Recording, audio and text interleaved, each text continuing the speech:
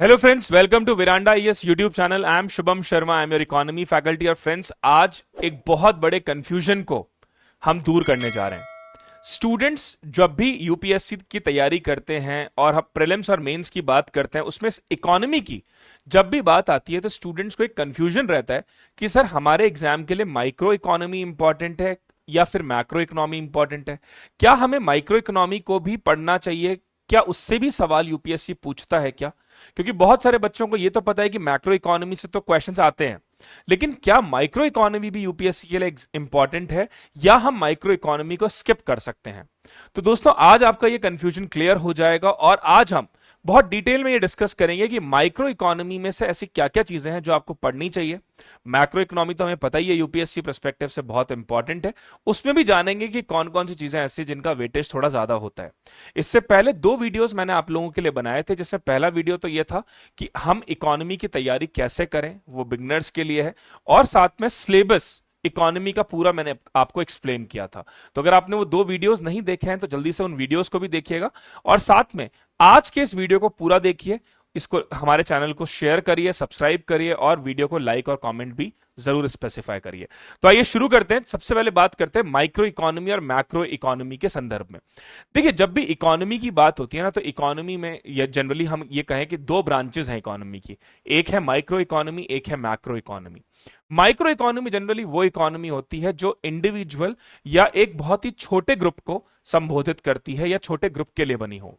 जैसे अगर मैं आपसे कहूं कि मुझे गर्मी लग रही है और मुझे एसी खरीदना है, this is my micro demand. या मैं आपसे कहूं कि मेरी तबीयत खराब है और मुझे डॉक्टर को दिखाना है, this is my individual demand. या मैं अगर आपसे कहूं कि मुझे वैक्सीन लगवानी है कोविड का, this is my individual demand. But जब हम बात करते हैं मैक्रो इकोनॉमी की, तो मैक्रो इकोनॉमी जो है वो बहुत बड़ा कॉन्सेप्ट है।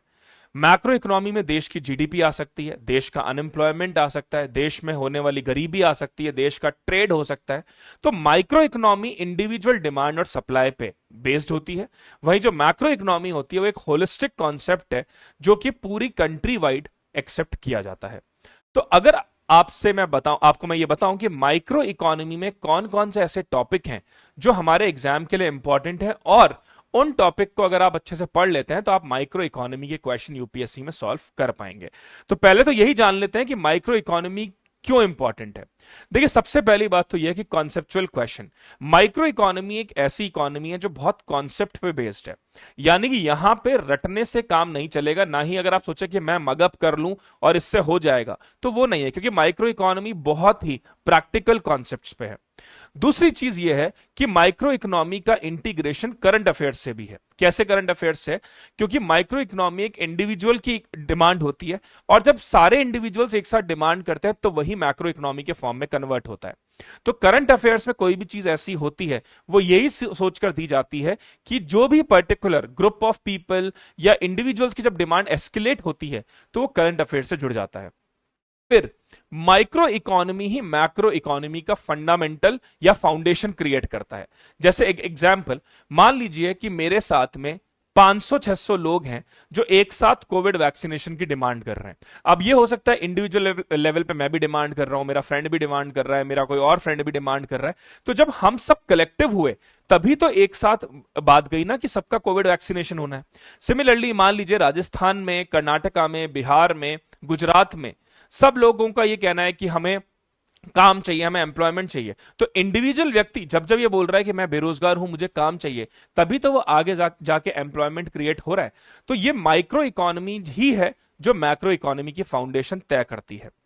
और सबसे बड़ी बात है, अगर आपको माइक्रो इकोनॉमी का कॉन्सेप्ट समझ में आ गया, अगर आपको यह समझ में आ गया कि माइक्रो इकोनॉमी के फंडामेंटल्स क्या हैं, तो इसका क्वेश्चन आपका 100% सही होगा और आपके पास बहुत अच्छा चांस होगा एक अच्छे नंबर इसमें स्कोर करने का, या फिर इकोनॉमी के ज्यादा क्वेश्चन सॉल्व करने का।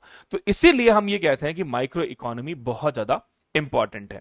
फिर अगर हम बात करें कि ऐसे कौन कौन सी चीजें हैं माइक्रो इकोनॉमी में जो हमें अच्छे से पढ़नी है, या अगर हम ये कहें कि माइक्रो इकोनॉमी के कॉन्सेप्ट कौन कौन से हैं जिन्हें हमें पढ़ना है। अब यहां पर मैं आपको एक दो चीजें बता देता हूं।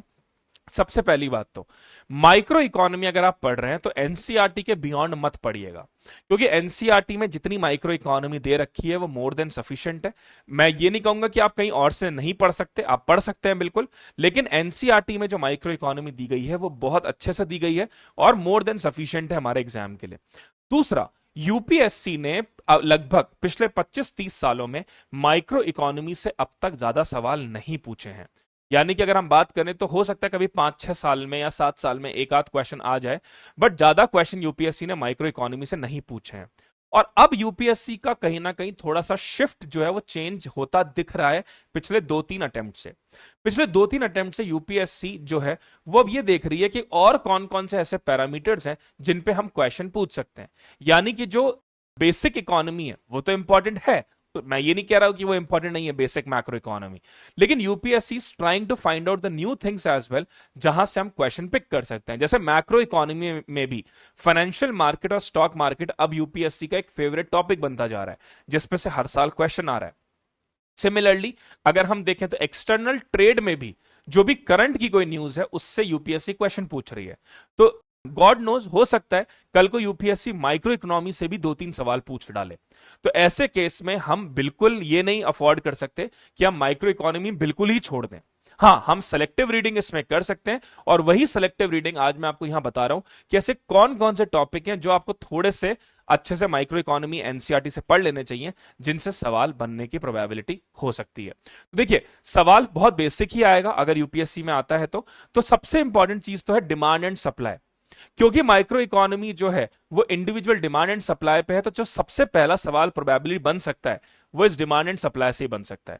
अब इस डिमांड एंड सप्लाई में ऐसी कौन कौन सी चीजें हैं जहां से क्वेश्चन आ सकता है, तो देखिए एक एग्जाम्पल अगर मैं आपको बताऊं जहां से चीजें पूछ सकते हैं, तो एक है हमारा लॉ ऑफ डिमांड। ये लॉ ऑफ डिमांड बहुत इंपॉर्टेंट है और इस पे से सवाल बिल्कुल पूछ सकते हैं। ये लॉ ऑफ डिमांड क्या होता है, what is this law of demand. तो लॉ ऑफ डिमांड में से क्वेश्चन आ सकता है कि लॉ ऑफ डिमांड जो है ये क्या होता है। इससे 100% क्वेश्चन हो सकता है, जिसका मतलब होता है कि जैसे जैसे किसी चीज की डिमांड बढ़ती है वैसे वैसे उसकी प्राइस बढ़ जाती है, और जब किसी चीज की प्राइस कम होती है तो उसकी डिमांड जो है वो बढ़ती है। तो लॉ ऑफ डिमांड सबसे इंपॉर्टेंट कॉन्सेप्ट है। फिर जो दूसरा कॉन्सेप्ट है वो है exceptions to law of demand. Exceptions to law of demand, ये एक और बहुत ऐसी इंपॉर्टेंट चीज है जहां से यूपीएससी सवाल पूछ सकता है कि लॉ ऑफ डिमांड के एक्सेप्शंस क्या हैं। ये बहुत इंपॉर्टेंट है कि जहां पे हम लॉ ऑफ डिमांड के लिए बोलते हैं कि जैसे जैसे प्राइस कम होती है डिमांड बढ़ती है, लेकिन लॉ ऑफ डिमांड जो है वो थोड़ा सा उल्ट, एक्सेप्शन जो है लॉ ऑफ डिमांड के वो थोड़े से रिवर्स कैटेगरी में चलते हैं। तो सिंपल सा कॉन्सेप्ट समझिए कि अगर मैं कह रहा हूं कि किसी चीज की प्राइस कम है तो उसकी डिमांड बढ़ेगी, और किसी चीज की प्राइस ज्यादा है तो उसकी डिमांड कम हो जाएगी। एक्सेप्शन जो है लॉ ऑफ डिमांड का वो उल्टा चलता है। जैसे एक एग्जाम्पल है इसका, गिफन गुड्स। गिफन गुड्स वो होते हैं जो थोड़ी पुअर क्वालिटी के होते हैं। अब अगर कोई पुअर क्वालिटी का गुड है और मान लीजिए उसकी प्राइस कम भी हो रही है तब भी उसकी डिमांड नहीं बढ़ेगी, दिस इज गिफन गुड। उसी तरह से एक और एग्जांपल है वेबलन गुड। वेबलन गुड वो गुड है जो बहुत ही एक्सपेंसिव होता है लेकिन उसके बावजूद भी उसकी डिमांड बढ़ती रहती है। अब आईफोन 14, आईफोन 15 अगर लॉन्च होते हैं, 16 लॉन्च होता है, तो इसकी डिमांड तब भी ज्यादा होगी। क्यों? क्योंकि ये एक ऐसा वेबलन गुड है जिसकी चाहे प्राइस कितनी भी हो उसकी डिमांड बढ़ती रहती है। फिर और कौन से? Necessary goods. नेसेसरी गुड्स जो हैं इनकी भी चाहे प्राइस बढ़ जाए लेकिन इनकी डिमांड बढ़ती रहती है। तो जो नेसेसरी गुड्स होते हैं जो हमारे लिए बहुत एसेंशियल हैं, जैसे मान लीजिए कोई पर्टिकुलर इंजेक्शंस हैं या कोई पर्टिकुलर मेडिसिन हैं या ड्रग्स हैं जिनसे ह्यूमन बॉडी जो है वो ठीक हो सकती है, तो अगर उनकी प्राइस बढ़ भी रही है तब भी उनकी डिमांड बढ़ेगी। तो और या फिर हम कह सकते हैं कि अगर मान लीजिए फ्यूचर में अगर किसी चीज की प्राइस बढ़ने की उम्मीद हो, जैसे फ्यूचर में अगर हमें लग रहा है कि प्राइस इंक्रीज हो सकता है किसी चीज का, जैसे अगर आज मान लीजिए हमें लग रहा है कि पेट्रोल का प्राइस 100 रुपए है और हमें लग रहा है कल ये 105, 106 रुपए हो सकता है, तो आज बढ़ती हुई प्राइस पर भी लोग डिमांड ज्यादा करेंगे। तो ये exceptions to law of demand जो है that is again very important, जिस पे से सवाल हो सकता है। फिर उसके अलावा जो तीसरी चीज है अगर हम बात यहां पे करें, that is determinant of demand. Determinant of demand. अब ये डिटर्मिनेंट ऑफ डिमांड क्या है इसको भी देख लेते हैं। Determinant of demand, now this determinant of demand is very important. Determinant of demand का मतलब जैसे अगर मेरी इनकम बढ़ जाए तो डिमांड बढ़ सकती है। जैसे अगर मैं ये कहूं let's say determinant of demand की इनकम बढ़ने से मेरी डिमांड बढ़ सकती है, गुड्स की सप्लाई बढ़ने से, गुड्स की अगर हम सप्लाई बढ़ा दें, अगर मान लीजिए गुड्स की सप्लाई बढ़ जाती है तो भी उसकी डिमांड इंक्रीज हो सकती है, तो भी उसकी डिमांड बढ़ सकती है। या मैं कहूं किसी चीज की प्राइस अगर मान लीजिए बढ़ जाए तो उसके ऊपर डिमांड के ऊपर इफेक्ट आ सकता है। तो डिटर्मिनेंट ऑफ डिमांड जो है वो इनकम, प्राइस, इन सब के ऊपर डिपेंडेंट रहता है। ठीक है, तो ये तीन चीजें यहां पे इंपॉर्टेंट हो गई। उसी तरह से मान लीजिए कि और जैसे इसमें और क्या हो सकता है, जैसे मान लेते हैं टेस्ट और प्रेफरेंस, टेस्ट एंड प्रेफरेंस। अगर आपका टेस्ट चेंज हो गया या आप अलग तरीके का कोई जो ट्रेंडिंग चीज है उसको फॉलो करना चाह रहे हो तो डिमांड के ऊपर इफेक्ट आ सकता है। डेमोग्राफी और पॉपुलेशन किसी कंट्री की अगर कुछ डिमांड कर रही है या डेमोग्राफी और जो पॉपुलेशन है कंट्री की वो बढ़ रही है तो उस केस में डिटर्मिनेंट ऑफ डिमांड में चेंज आ सकता है। ठीक है, उसी तरह से एक और जो चीज यहां पर इंपॉर्टेंट है that is determinant of supply, जो यहां जिससे एक और चीज हमारे लिए इंपॉर्टेंट हो जाती है, डिटर्मिनेंट ऑफ सप्लाई। अब डिटर्मिनेंट ऑफ सप्लाई किन किन चीजों पे डिपेंडेंट है, डिटर्मिनेंट ऑफ सप्लाई किन किन चीजों पे डिपेंडेंट होती है, ये होती है डिमांड रॉ मटेरियल की सप्लाई पे कि रॉ मटेरियल अवेलेबल है क्या। ये डिपेंड करता है गवर्नमेंट की पॉलिसीज पे, गवर्नमेंट किस तरह की पॉलिसीज अडॉप्ट कर रही है। ये डिपेंड करता है टैक्स स्ट्रक्चर पे, ठीक है, टैक्स स्ट्रक्चर इकोनॉमी में कैसा है। ये डिपेंड करता है कि ओवरऑल इंफ्रास्ट्रक्चर इकोनॉमी में कैसा है। तो ये सारी चीजें जो हैं ये सब हमारे इस कंपोनेंट में आती है। So guys this is the reason why this demand and supply part is most important for our exam. तो ये हमें ध्यान रखना है कि डिमांड एंड सप्लाई वाली चीज हमारे एग्जाम के लिए इंपॉर्टेंट है। फिर सेकंड आता है कंज्यूमर बिहेवियर। अब ये कंज्यूमर बिहेवियर जो है ये भी बहुत हद तक चीजों के ऊपर डिपेंडेंट है। यानी कंज्यूमर बिहेवियर जो है ये माइक्रो इकोनॉमी का एक और बहुत इंपॉर्टेंट टॉपिक है। कंज्यूमर बिहेवियर का मतलब है कंज्यूमर क्या एक्सपेक्टेशन कर रहा है, कंज्यूमर की क्या एक्सपेक्टेशन है। तो कंज्यूमर एक्सपेक्ट कर रहा है क्वालिटी प्रोडक्ट्स, क्वालिटी गुड्स उसको चाहिए। कंज्यूमर चाहता है कि उसको अटमोस्ट सेटिस्फैक्शन मिले, उसके लिए अटमोस्ट सेटिस्फैक्शन बहुत इंपॉर्टेंट है। ठीक है, ये उसके लिए बहुत इंपॉर्टेंट हो जाता है। उसके अलावा और क्या क्या चीज हो सकती है यहां पे ये हो सकता है कि अगर हम बात करें कि availability of goods, goods available हैं क्या। तो ये जो सारी चीज है ये हमारी जुड़ती है कंज्यूमर बिहेवियर से कि कंज्यूमर क्या चाह रहा है। जैसे अगर मान लीजिए कोई चीज बहुत फ्रेश फैशन में है, कोई चीज ट्रेंडिंग है तो कंज्यूमर बिहेवियर उसकी तरफ और अट्रैक्ट होगा। तो ये this is regarding to consumer behaviour. फिर तीसरी चीज आती है प्रोडक्शन एंड कॉस्ट। अब प्रोडक्शन और cost is again very important. Production और कॉस्ट जो है ये डायरेक्टली रिलेट होती हैं हर चीज से कि भाई अगर आपकी क्या प्रोडक्शन आ रही है, प्रोडक्शन कॉस्ट आ रही है, कितना प्रोड्यूस कर पा रहे हो, आपके केस में जो कॉस्ट है वो बढ़ रही है, घट रही है। So this production and cost is again very very important है। तो प्रोडक्शन एंड कॉस्ट से भी बहुत इंपॉर्टेंट चीजें आ जाती हैं यहां पे। प्रोडक्शन एंड कॉस्ट में अगर हम बात करें तो जिससे सवाल पूछ सकते हैं वो है फैक्टर्स ऑफ प्रोडक्शन। आपकी इकोनॉमी में जो 4 फैक्टर्स ऑफ प्रोडक्शन है, लैंड, लेबर, कैपिटल, एंटरप्रेन्योर, उनका क्या स्केल चल रहा है, किस तरह से लेबर मोबिलाइज हो रही है, कितनी स्किलफुल लेबर है, कितना आपके यहां पे लोन प्रॉपरली मिल रहा है कम इंटरेस्ट रेट पे, इकोनॉमी के अंदर जो लैंड की प्राइसेस है उसमें कितना फर्क आ रहा है, एंटरप्रेन्योर्स कितनी लेटेस्ट चीजों को फॉलो कर रहे हैं। तो ये सब चीजें फैक्टर्स ऑफ प्रोडक्शन में आती हैं। फिर आती है short run and long run cost, short run and long run cost. Now this is again very important. Short run और लॉन्ग रन कॉस्ट आपकी इकोनॉमी में कैसे है। शॉर्ट रन कॉस्ट को हम ये भी कह सकते हैं कि जो इमीडिएट आपकी कॉस्ट है वो, या हम ये कहते हैं कि वर्किंग कॉस्ट, कैपिटल कॉस्ट जो है वो। लॉन्ग टर्म कॉस्ट जो होती है जनरली, लॉन्ग रन कॉस्ट होती है वो फिक्स्ड एसेट्स पे ज्यादा होती है, लैंड है, बिल्डिंग है, मशीन है, उन पर ये चीज ज्यादा डिपेंडेंट होती है, short and long run cost. फिर return to scale, return to scale भी बहुत इंपॉर्टेंट हो जाता है क्योंकि इस पे से भी सवाल पूछ सकते हैं कि रिटर्न टू स्केल आपका कितना हो रहा है। ठीक है, now this is very important, return to scale. और law of variable proportion, law of variable proportion, ये वो चीजें हैं जहां से आपका क्वेश्चन पिक हो सकता है regarding to production and cost. तो प्रोडक्शन और कॉस्ट में ये चीजें इंपॉर्टेंट हमारी हो जाती हैं। इसमें एक चीज और जो यूपीएससी ने एक बार क्वेश्चन पूछा था कंज्यूमर बिहेवियर में, वो इस पे भी पूछा था कि यूटिलिटी, यूटिलिटी जो है वो भी थोड़ा सा इंपॉर्टेंट बन जाती है कई बार। मुझे थोड़ा एकदम से याद आ गया, जैसे मार्जिनल यूटिलिटी जो है ये इंपॉर्टेंट है। मार्जिनल यूटिलिटी क्या होता है? Law of diminishing marginal utility, marginal utility मतलब होता है सेटिस्फैक्शन। तो यूटिलिटी विथ टाइम, जैसे अगर फॉर एग्जांपल आपको बहुत ज्यादा मीठा खाने का मन कर रहा है, अब आपने एक रसगुल्ला खाया तो आपका सेटिस्फैक्शन 100 था, फिर दूसरा रसगुल्ला खाया तो सेटिस्फैक्शन थोड़ा सा कम हुआ, फिर तीसरा रसगुल्ला खाया तो सेटिस्फैक्शन थोड़ा सा और कम हुआ, फिर पांचवा छठा सातवां खाते खाते आपका सेटिस्फैक्शन अब नहीं खा सकते, नहीं तो वॉमिटिंग हो जाएगी।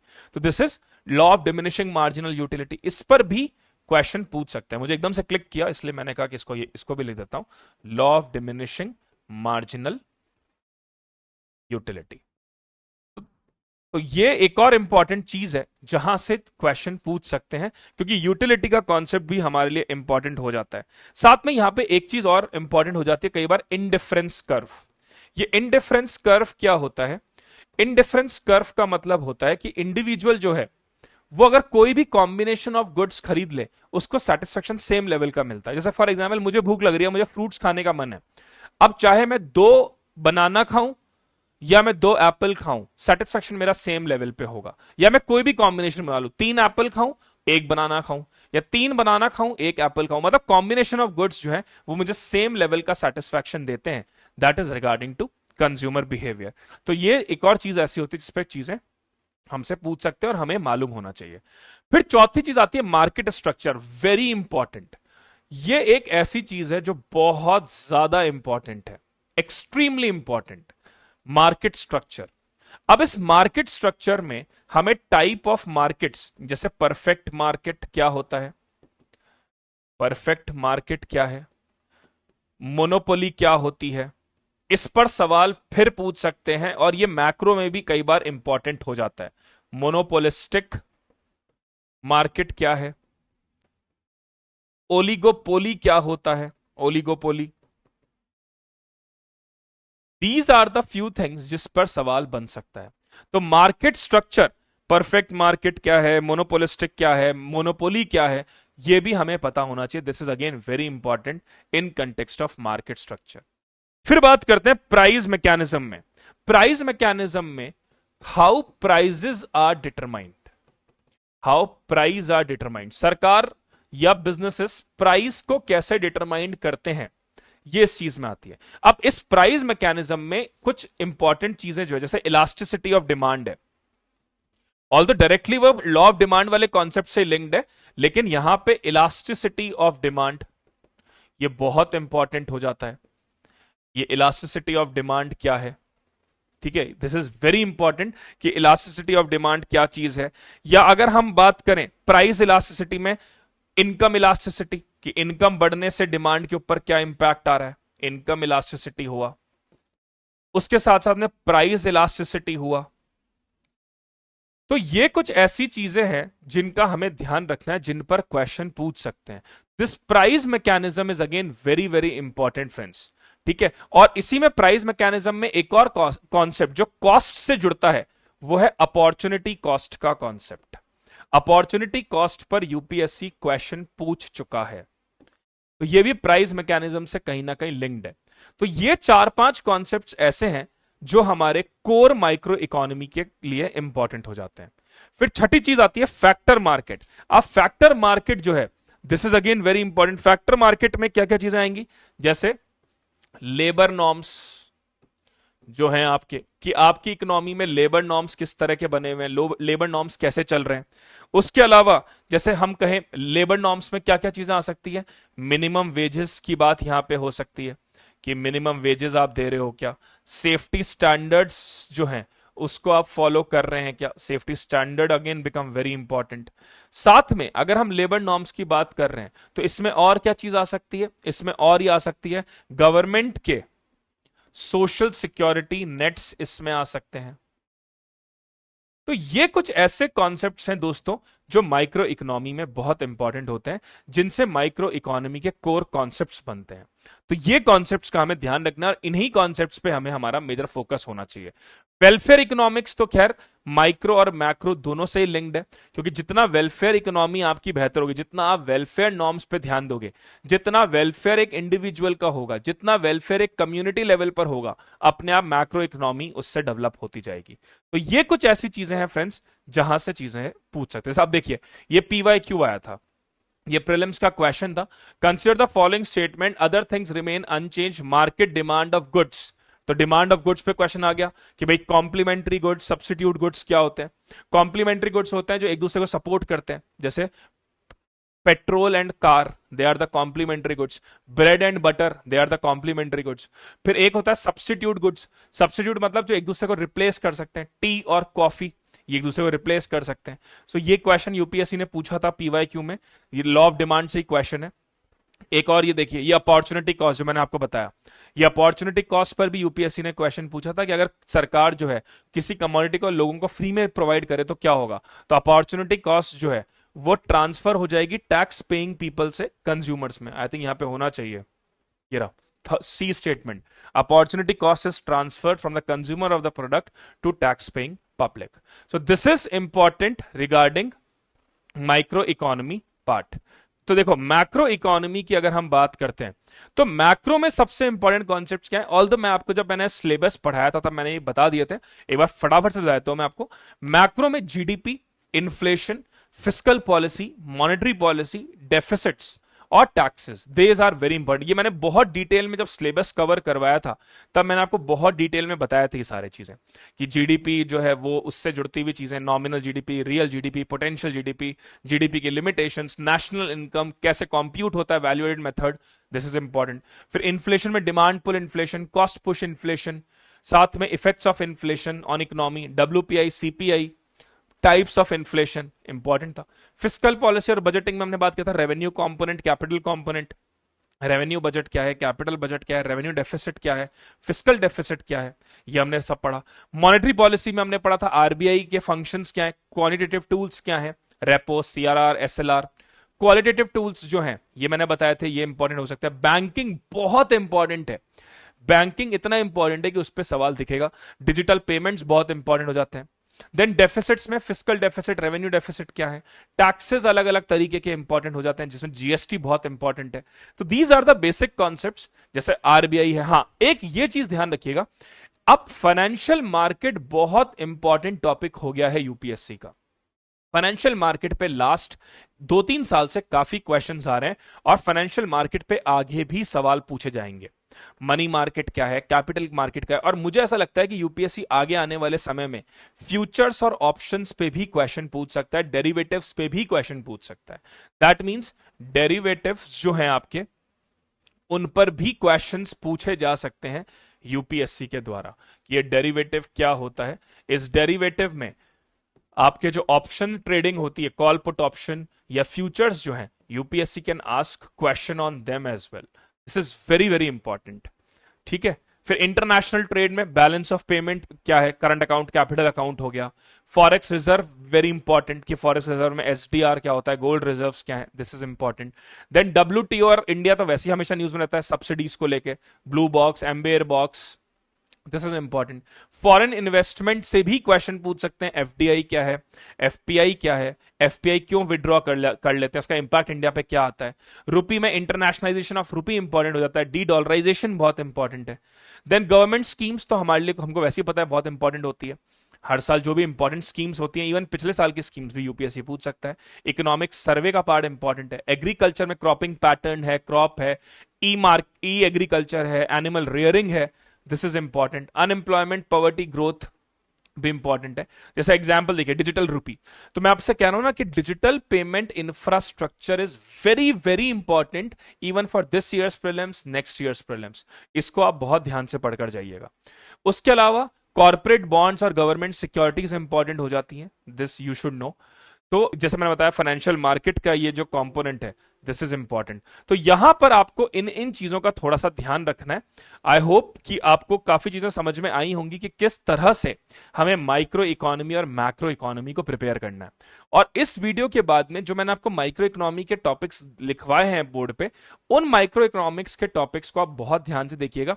अगर क्वेश्चन बनता है तो प्रोबेबली उन्हीं टॉपिक में से बनेगा। And NCERT is a very good source to prepare micro economy. हाँ, मैक्रो इकोनॉमी के लिए आपको करंट अफेयर्स को लिंक करना पड़ेगा, मैक्रो इकोनॉमी के लिए आपको थोड़ा सा स्टैंडर्ड बुक्स को भी रेफर करना होगा। And if you join Veranda IAS का अगर आप हमारा क्लासरूम प्रोग्राम ज्वाइन करते हो तो मैं मैक्रो इकोनॉमी और माइक्रो इकोनॉमी दोनों बहुत डिटेल में पढ़ाता हूं। और माइक्रो इकोनॉमी और मैक्रो इकोनॉमी में स्पेशली मैक्रो की अगर बात करें तो करंट अफेयर से लिंक कर कर ही चीजों को पढ़ाया जाता है।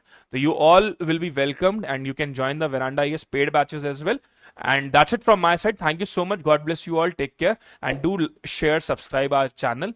और आप कमेंट में भी मेंशन करिएगा कि और किन किन टॉपिक पे आप वीडियो चाहते हैं। I will definitely make videos on that. Thank you so much. Veranda IAS, where your dream becomes reality.